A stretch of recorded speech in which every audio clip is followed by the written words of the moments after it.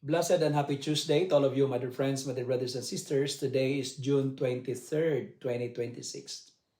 In today's Gospel, from the account of the Gospel of Matthew, chapter 7, verses 6 to verses 12 to 14, Jesus calls his disciples to live with both wisdom and charity, reminding us that the Christian life is not merely about being kind, but about being discerning, being faithful, and of course, being courageous.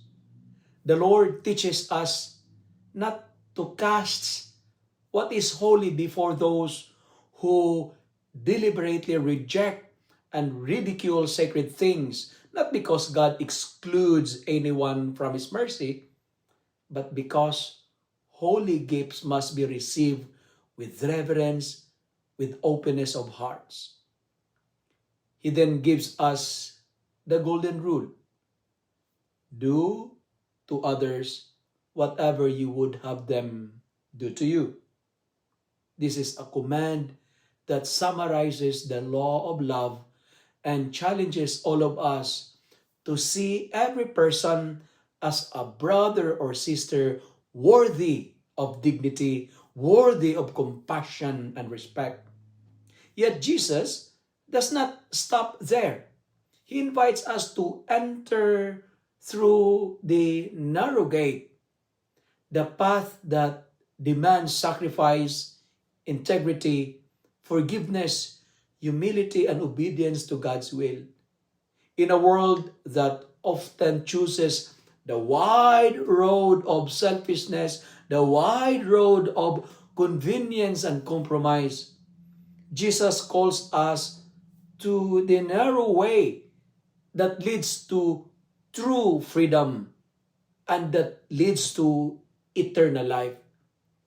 Today's gospel, my dear friends, reminds us that holiness is not found in following the crowd, but in following Christ. Not in seeking what is easy, but in embracing what is right. Embrace what is right, my dear friends.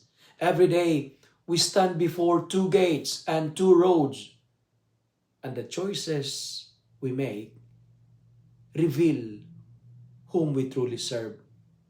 May we have the wisdom to treasure what is sacred, the love to treat others as we wish to be treated, and the courage to walk the narrow path with Christ, trusting that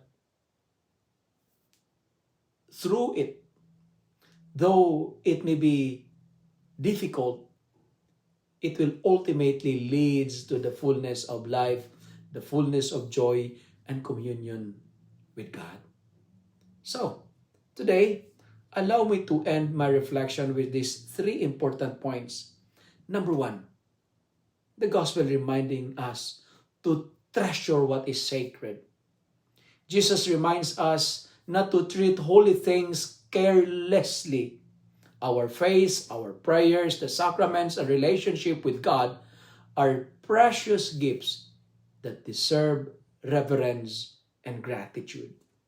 Second point, treat others with love and dignity. The golden rule calls us to see Christ in every person because genuine discipleship is shown in how we respect, forgive, serve, and care for others. And finally, today's gospel challenges us to choose the narrow path. Following Christ requires courage. The narrow gate represents a life of faithfulness, a life of sacrifice and perseverance. True spiritual heroes are those who remain faithful to God even when the journey is difficult. My dear friends, my dear brothers and sisters, to be a disciple of Jesus is to live with holiness in our relationship with God, humanity in our relationship with others, and heroism in our daily choice to walk the narrow road that leads to eternal life. If you love and like this reflection, kindly share it with your friends, share it with your family. Make the Word of God viral so that many will be blessed.